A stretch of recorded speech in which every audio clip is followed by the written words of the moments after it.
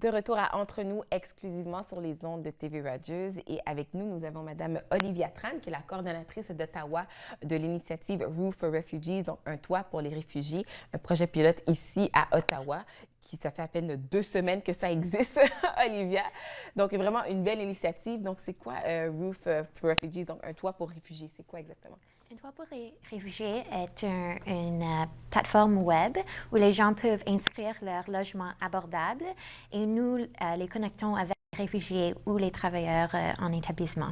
Alors, c'est une solution moderne pour un problème qui existe Exactement. depuis longtemps. C'est ça. Je trouve ça intéressant quand j'ai regardé au site web les questions que j'avais à propos de ton programme. Toutes les réponses sont là. Alors, c'est un bail d'1 an, c'est subventionné par le gouvernement, il n'y a pas de coût à la personne qui héberge la famille. Je trouvais ça vraiment intéressant. Et que c'est basé sur les taux de subvention provinciales aussi. Hein? Oui, c'est exactement ça. Alors, c'est important pour que les gens sachent que s'ils n'ont pas une place à héberger les gens, ils ont d'autres façons à aider aussi. Hein? Oui. Donc là, comme vous dites, comme tu as mentionné, c'est un bail d'un an. Donc, la personne, donc, comment ça fonctionne justement? Donc, moi, si j'ai un logement, qu'est-ce que je dois faire? C'est réservé à qui, là? C'est toi, tu as un logement. Oui. Donc, vous avez entendu de la crise syrienne et tout ça. Donc, il faut savoir que les subventions du gouvernement sont vraiment modestes. OK. Donc, par exemple, c'est à peu près 1100 $ pour un logement de 2 chambres, un peu plus pour 3 chambres. Et c'est calculé par nombre de personnes. 1100 $ pour l'année? Par Par mois. OK. Par mois, OK. Et donc, on demande aux gens d'inscrire le logement à un prix abordable pour ces réfugiés-là. OK. Et donc, si vous avez un logement que vous avez disponible maintenant, on vous invite à faire ça. Puis, il y a des questions sur le formulaire en ligne qui demandent combien de temps que vous pouvez héberger un réfugié, le coût et pourquoi vous faites ça, etc. Donc, on peut donner ce profil-là aux agences en établissement. OK, parce que le nombre de temps que je peux héberger un réfugié, c'est limité? Est-ce qu'il y a un minimum? Non, on suggère 1 an, juste pour que... Parce que le logement est vraiment important pour les réfugiés, parce que c'est la première maison, en fait. Ouais. Quand ils arrivent ici, c'est ça, il faut que... C'est ça. Et il faut être un peu plus long en temps parce que il faut savoir où ils vont envoyer leurs enfants à l'école, où ils vont accéder aux services, etc. Donc, ça, c'est pourquoi on demande... on préfère 1 an. OK, je comprends. Le processus de sélection, comment ça marche? Oui.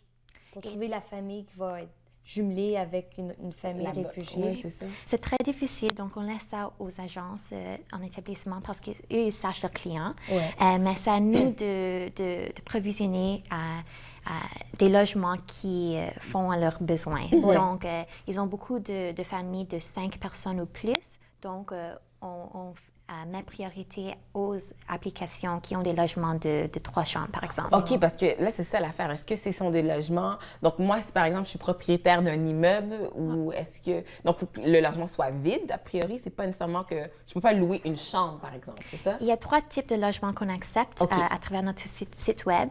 Les logements privés, les logements partagés, donc une chambre, 2 chambres. OK. Parce qu'il y en a moins, mais il y a des réfugiés qui viennent tout seuls, par exemple. OK, d'accord. Et aussi des propriétaires qui ont plusieurs logements. OK, donc par exemple, si une famille de 5 enfants ou de 5 personnes vient, puis moi j'ai une chambre, je ne qualifierais pas pour les recevoir. Non. C'est trop petit. Donc, on essaierait de faire le match avec une agence d'établissement qui ont des clients individuels. OK, donc... Et puis, je suis sûre que la place du logement est importante aussi. S'il y a des enfants, on va être proche des écoles, proche des épiceries, proche de... Oui, c'est ça. Il y a beaucoup de facteurs à prendre en compte. Donc là, la clé aussi, c'est que c'est à prix modique, réduit pour ces réfugiés-là. Donc, est-ce que la personne, nous, les gens, ils reçoivent une subvention du gouvernement ou pas du tout? Comment ça fonctionne dans ce cas-ci, là? Donc, s'ils sont un réfugié qui vient avec le gouvernement ou avec un groupe de parrainage, ils ont une subvention, mais comme je dis, c'est vraiment modeste et ça dépend de la grandeur de la famille. OK.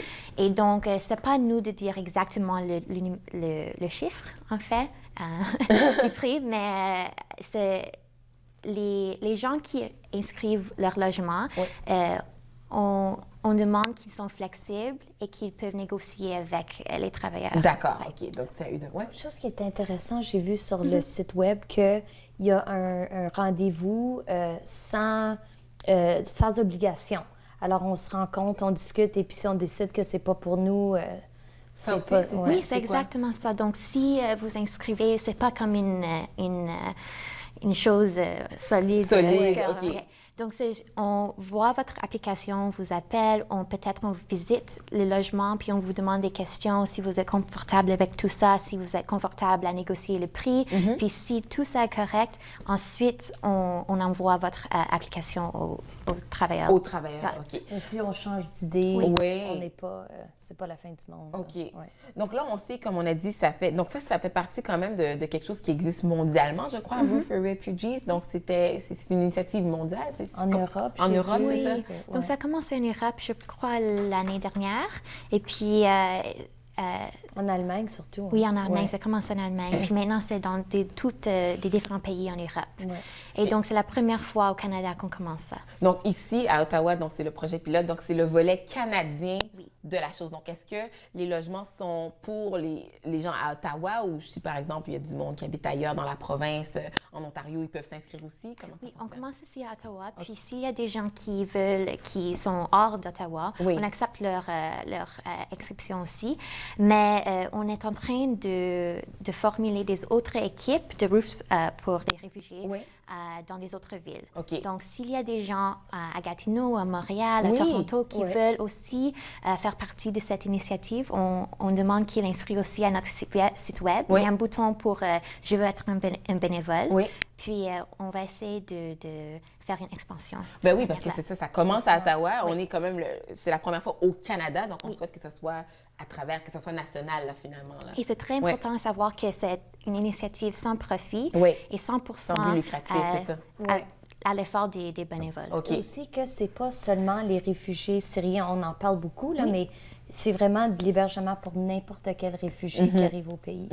Alors, c'est pas Exactement. exclusif, c'est très inclusif. C'est très inclusif. On va sur roofforrefugees.ca. Merci beaucoup, Olivia, pour ça.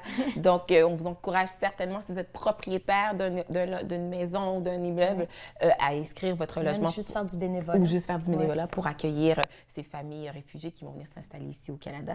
Donc, allez sur roofforrefugees.ca. Nous, on fait une courte pause et au retour, nous vous représentons l'entrevue où on découvre des exclusive PR. Vous écoutez Entre nous exclusivement sur les ondes de TV Rogers.